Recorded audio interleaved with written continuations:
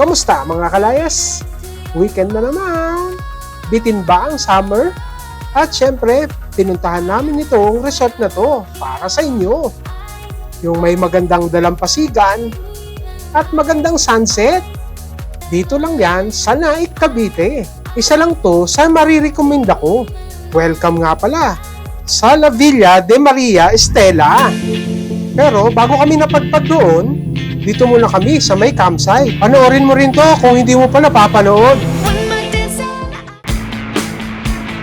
Mga 30 minutes lang ang biyahe papunta dito. Simula doon sa pinanggalingan nating campsite.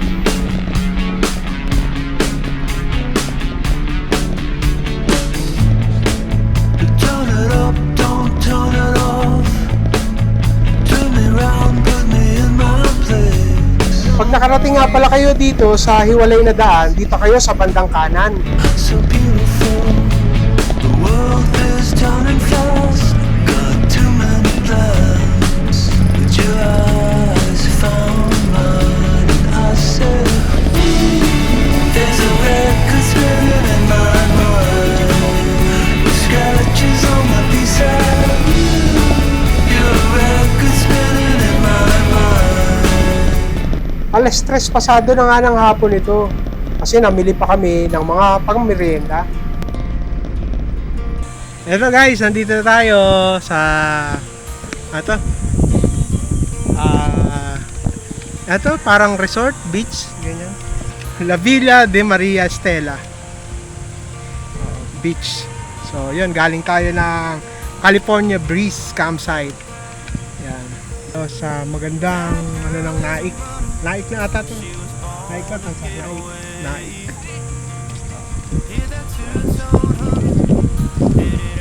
Hey, what's up? Bilak mo kami rito. Mga chichirya yan sa Dali to, no? Dali. Yan. Juice. Nandito yung mga chikiti. Marami nga palang nanlilimos dito. Pangalawa na si nanay. Ay, wala po. Yung nauna, Ito na. nabigyan namin. Nung nakita niya ang binigyan namin, ayun, ito sumunod na si nanay. Nung humina yung araw at kumulimlim, ito, nagpalipad ako ng drone. Pinasyalan ko kung gaano kaganda ang resort na to at kung saan pwedeng umispat, kung saan pwedeng mag-camping.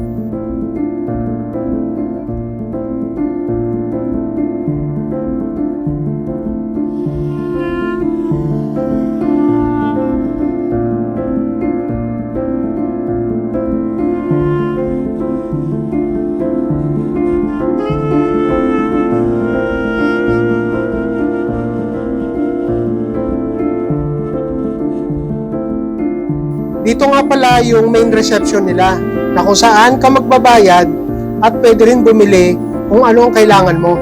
At i-inform mo rin sila kung overnight ka o day tour lang.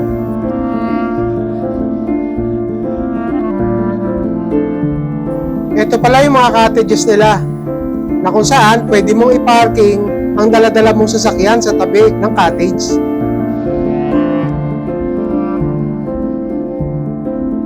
Ito naman yung papuntang CR. Para sa babae, para sa lalaki.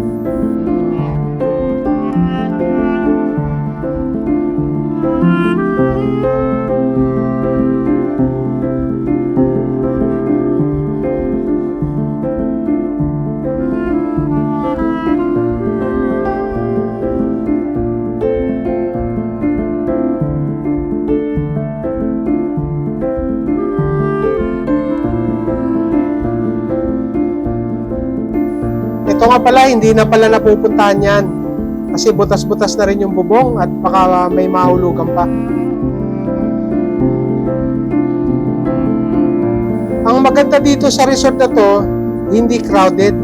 Wala pa atang 10 piraso mga cottage nila. Ito yung ideal na resort na gusto ko. Yung hindi crowded, hindi yung maraming masyadong abubot. Yun yung mga mahilig sa car camping, malamang magugustuhan din to.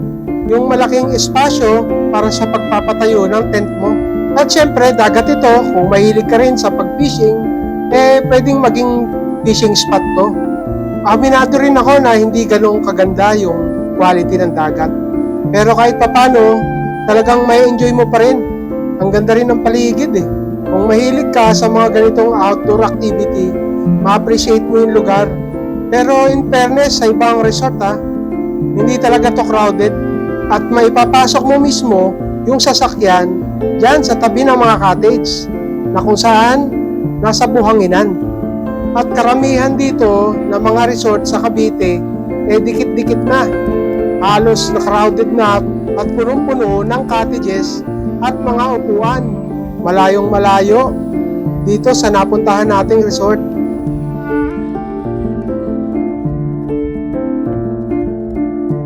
Isa nga rin sa napuntahan ng drone ko, itong tambakan ng mga barko. Nakakamangha siya tingnan kasi napakalaki niya.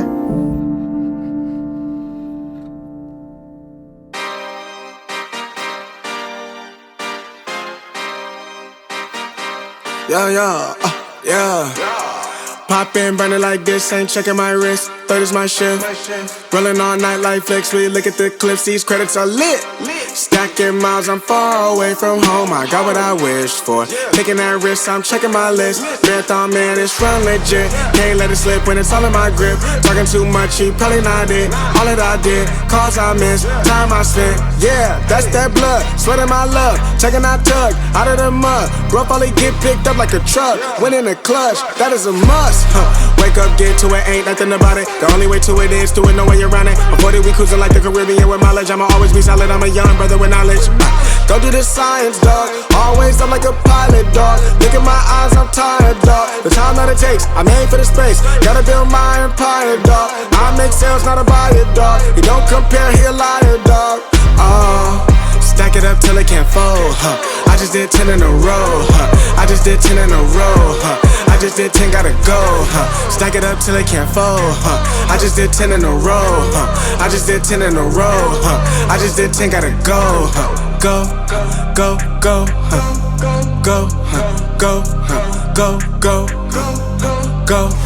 Get off your phone, can't sit at a green light. Look how that shine reflect like a ring light. This is my podium, talking to 3 mics. I'm not no Brennan, have the team winning. If I said it, you know that I'm in it. They tryna live on the corner, I bend it. Can't take those chances, ain't talking about Bennett. When they too lazy, they talking like critics. Why you so mad? Go get a bag. I'm in the lab, I don't move the same. Off of the pass, for back in my lane. I cannot sit in one place like a stain. Sharing that paper like ripping the page. I'm gonna be the last one to remain. Walk with the nearest, I'm spitting that flame. Hop out the cycle like it ain't a thing. Doing them hills, we running up. Hotel bar after the gig. Something to sip and getting drunk. For the queso, baby, we gonna dip. Was I bad in them apartments? Started hitting the target. Started flooding the market. Started moving smarter until we rose about the garden. Stack it up till it can't fold. I just... Mga alas 4 na ata. Dito tayo sa Naik, Cavite. Dalampasigan ng Naik. Alam ko dito yung yung Bataan to Cavite. Parang dito idudugtong yun dito sa baybayin na yun. Siguro doon yata banda. Basta dito sa ilalim. Ito yung Aroma Beach dito. Pero hindi dito sa atin. Yan, hirap big kasi dito.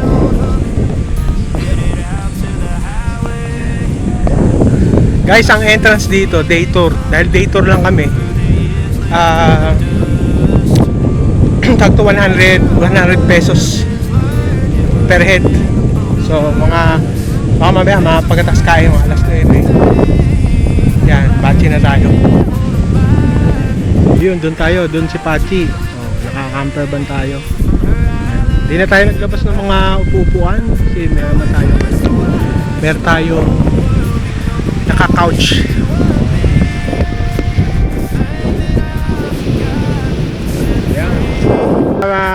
Pinuntahan natin na beach simula doon yan hanggang doon sa may bangka na yan. Yan yung establishment na yan. Mamaya punta tayo doon sa taas. Ayan guys, ito daming bangka rito. Tapos doon yung binilihan natin ng mga isda doon. Bilihan ng isda yun? Sa Tansa. Good yun. Kaya puntahan na ang drone natin. Dito tayo, oh. Sa may lifeguard, guard house. Oh, sila. Sobrang buhon o ba? May nag-uulan.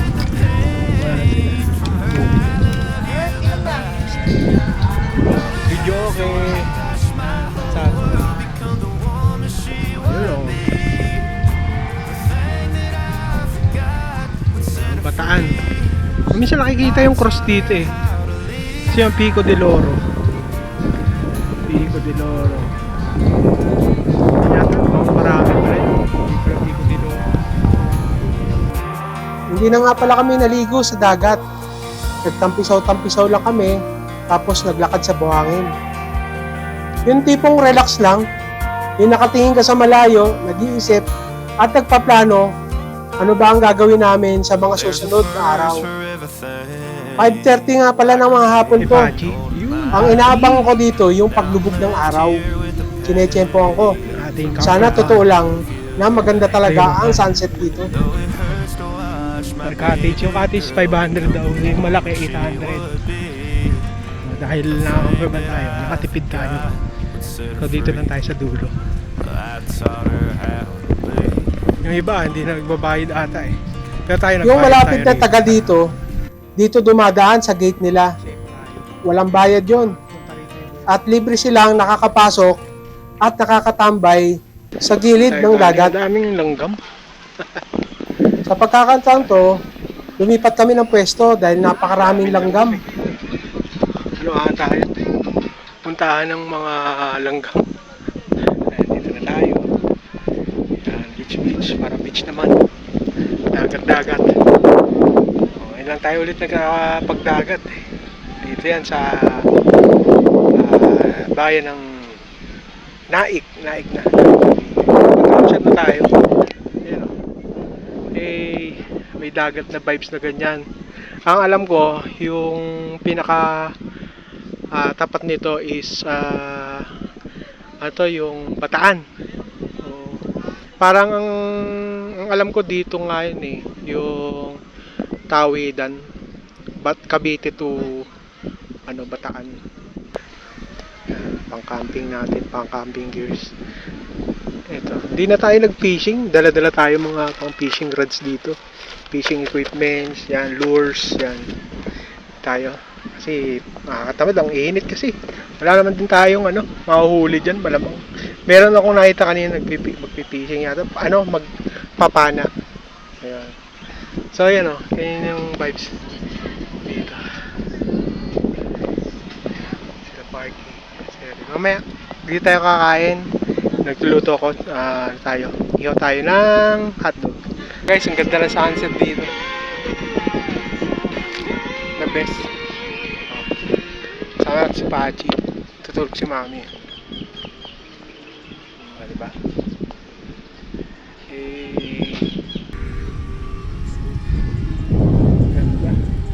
Wala, uwian na din yung mga nandito. Tayo na lang kasi late na tayo, gabi na tayo. Siguro mga 9 to 10 tayo rito. Hindi nga pala kami nag-overnight dito. Umabot na kami ng alas 9 ng gabi. Marami na rin nagdatingan para makita yung sunset. Quality. Palitan ulit tayo ng drone.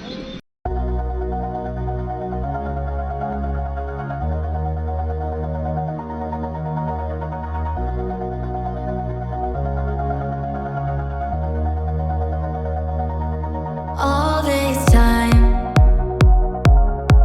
I've been holding on so tight, 'cause all that I do was easy to use. So call my time,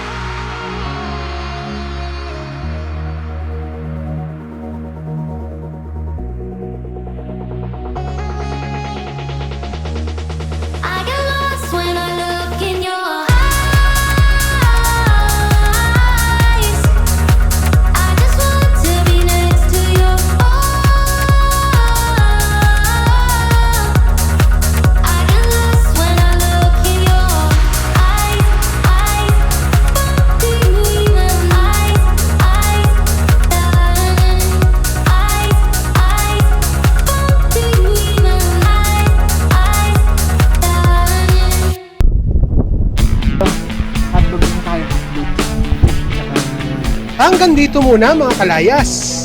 Please follow and subscribe para updated ka sa ating mga pinupuntahan.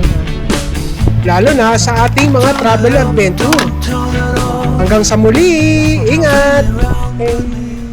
Layasaro Adventure, Tara, let's explore from the mountains to the shores. Every day we want more. PH Pride when we ride, open up the next door. Travel life, good vibes, this is what we're made for. Saki na sa ride, full tank, let's roam. Layasaro mode on, every province feel like home. From caves to waterfalls, nature calling our name. Dito walang competition pero solid pa rin ang game. Mga landmark na iconic, bawat isa check-in. Sa bawat spot may lesson, kaya laging may take-in. Kahit saan mapunta, respect sa kultura. Preserve the beauty, yan ang tunay nating panata. So here's to more roads, more camps, more tours, more moments na hindi makakalimutan, never for sure. Channel locked in, keep watching for more, cause the journey never ends. Layasaro Adventure.